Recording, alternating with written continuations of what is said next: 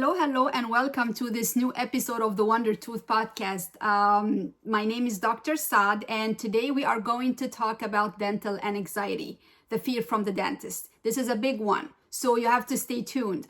And also, don't forget to put that code in the comments below if you need a complimentary consultation for veneers, cosmetic dentistry, or implant. And the code is DENT50, DENT50, and I'm gonna put it in the show notes. Meanwhile, don't forget to subscribe, like and comment and share. I want you to tell me about your experience with the dental anxiety, what's going on. Let me know. I can help you. I really can. But first, let me introduce myself so you know why I can really help you. My name is Dr. Saad, and I am a practicing dentist in New Jersey.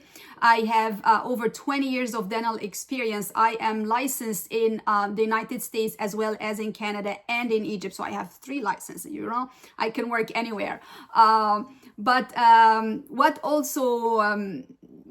else do I do? I am also the past president of the Mercer Dental Society, which is part of the American Dental Association.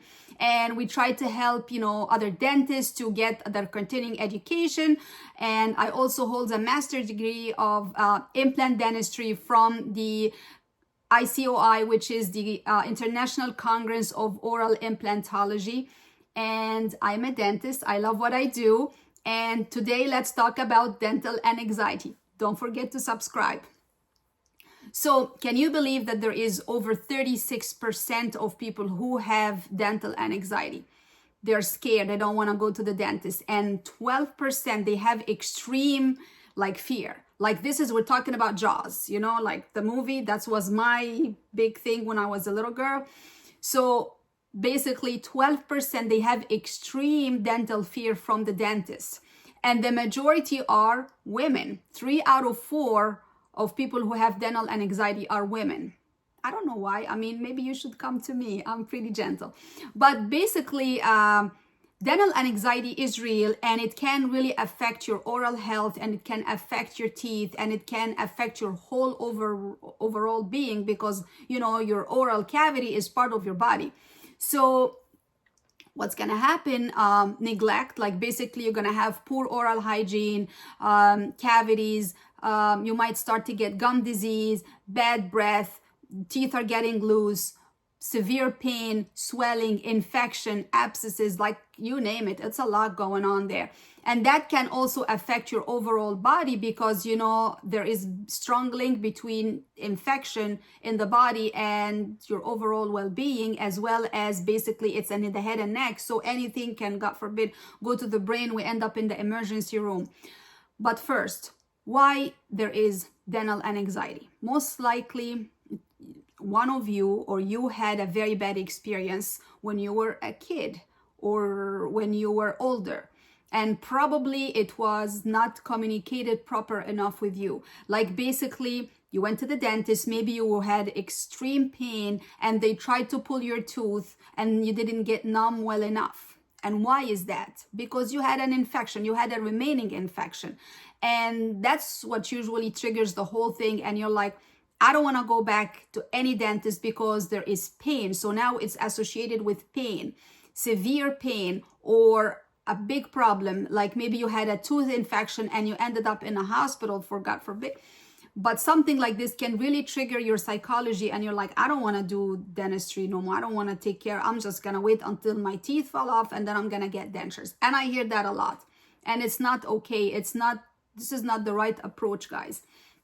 So I'm here to help. I am really here to help with my many, many years of doing dentistry. I know I can help you with that. So first of all, let's identify why there is a problem. And as I said, there is a problem because probably there is a bad experience. So you have to really communicate that with your dentist. This is number 1. You have to go and tell your dentist, I have extreme anxiety and I need you to help me with this.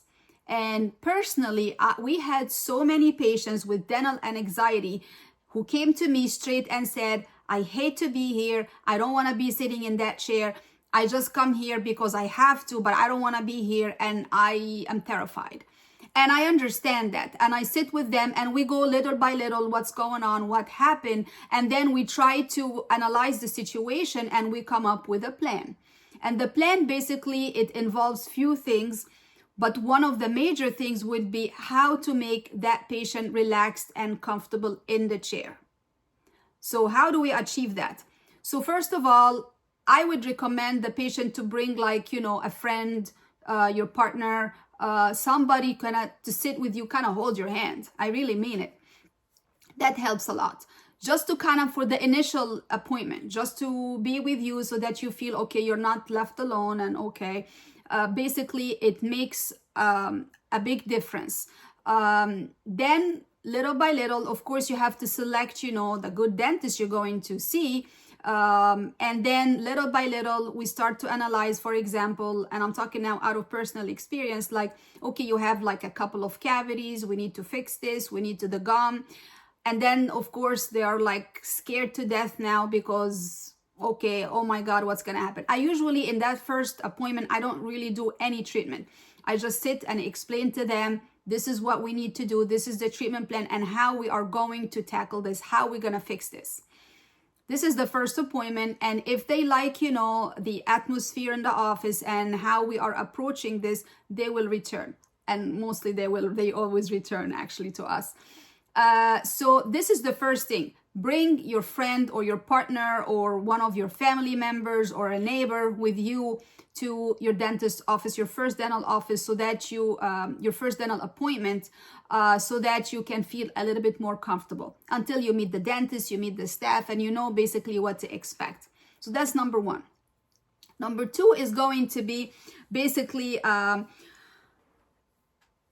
we are going to have certain relaxation techniques. For example, we can have a little bit, music. You can breathe deeply, like in and out, breathing techniques. We can also have some distraction in the office. We can put like a candle, aromatherapy. That actually, all of that helps. And you know what also helps? You try to kind of relax. You try to go first thing in the morning too. Don't go at the end of the day when you're like, oh my God, I've been dreading going to my appointment. I don't want to do this no more. And you are basically, your fear is building up. Just first thing in the morning, if you actually slept that night, which I know some of you guys, you don't do it. And then you tell me that, and I will be like, I'm going to take care of you. I'll make sure you don't feel nothing while I'm working. So the best thing would be go first thing in the morning and basically maybe also take like a couple of Advil or a Tylenol, depending, of course, on your medical history. You can communicate with your dentist about that. But there are certain relaxation techniques really that can be used in the office to make you feel a little bit more at ease. One of them is basically some aromatherapy candle. In the office, in our office, personally, I created something a little bit different, which is called it's a new concept. I called it nature infused dentistry. So you come to the office and basically right outside the building, I built a huge koi fish pond, huge. And I'm talking waterfalls, 40 feet by 40 feet. It's a big garden. So the patient actually, they like to go there first. We give them food, they feed the fish, they're happy now. Believe it or not, koi fish, they make you feel very relaxed and very comfortable. And then watching the waterfalls, listening to the waterfalls, it makes you more at ease. You come to you come inside the building, and then we have those huge windows overlooking the koi and the pond and the view. And you sit there, and this is what you're really watching outside. Plus, we have on the side a huge TV, and I usually like to put music or travel destinations, and we just watch it together and be like, oh my God, look at this. I've been to that place. Have you been there? And then we start to talk about, traveling or cooking or whatever really you like. That can completely, totally relaxes you. If that doesn't, you have to tell me what does, okay? Because then you're going to teach me something new. But basically, this is called the distraction. Like, I'm working on you now by distracting you from what we are doing. So basically, okay, If this is okay, we are comfortable enough, we're sitting in the chair, we can get the work started. Okay, can I get you numb? I usually put a lot of numbing gel before I do that. And one thing that I always say, I always tell you what I am going to do, unless if you tell me, don't tell me. Like some patients say, I don't want to know what you're doing, just go ahead and do it and I trust you. Okay, but I usually like to tell the patients, like, I am moving the chair now to the back. I'm putting the chair up so that they anticipate what I am doing. Because, you know, imagine I'm pushing like buttons and then you're like moving up and down. It's like, whoa, what's going on? I'm like in Six Flags now. No, I usually like to tell the patients, I'm going to do this. You know, we can get them a little pillow for their neck. We can give them the little massage balls, you know, like the stress ball. Also, that helps a lot. I have like very strong lights, so I always give them like shades to kind of let them more at ease. And all of that helps, believe it or not. So once we get, you know, to the numbing part and basically the patient is completely numb, I'll make sure and I double check a few times and I'll ask the patient, are you okay? Are you comfortable? They say yes.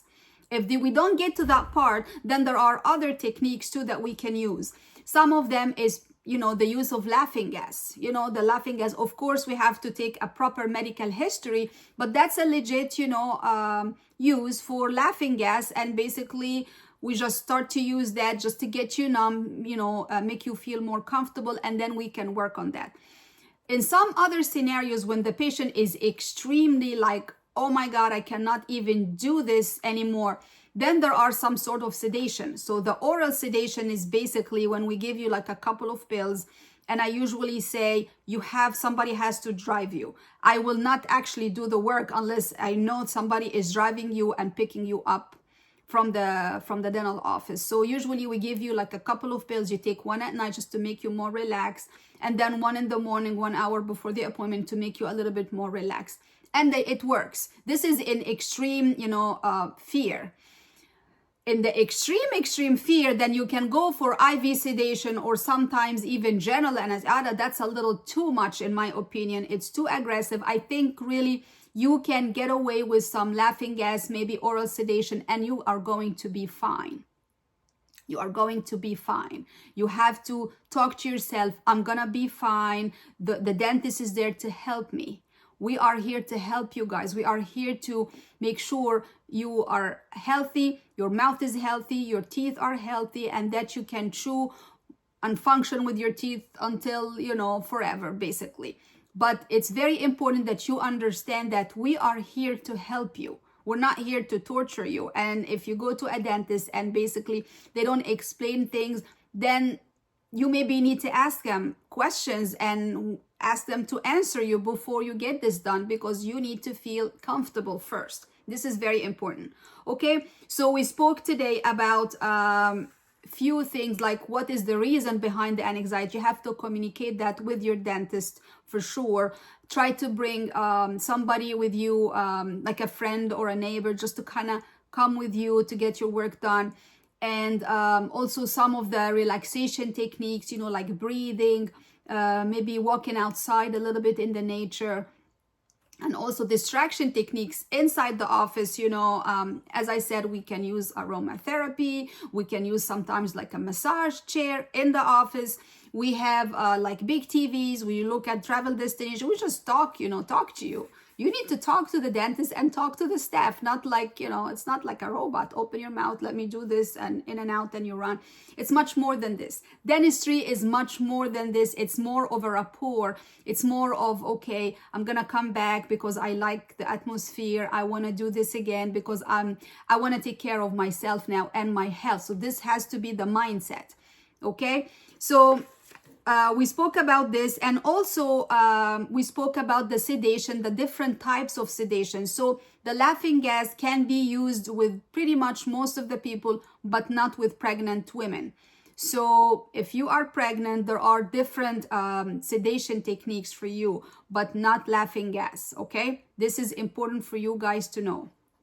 And also sometimes, you know, a little pill, like a little Valium or something that, you know, to make you more at ease.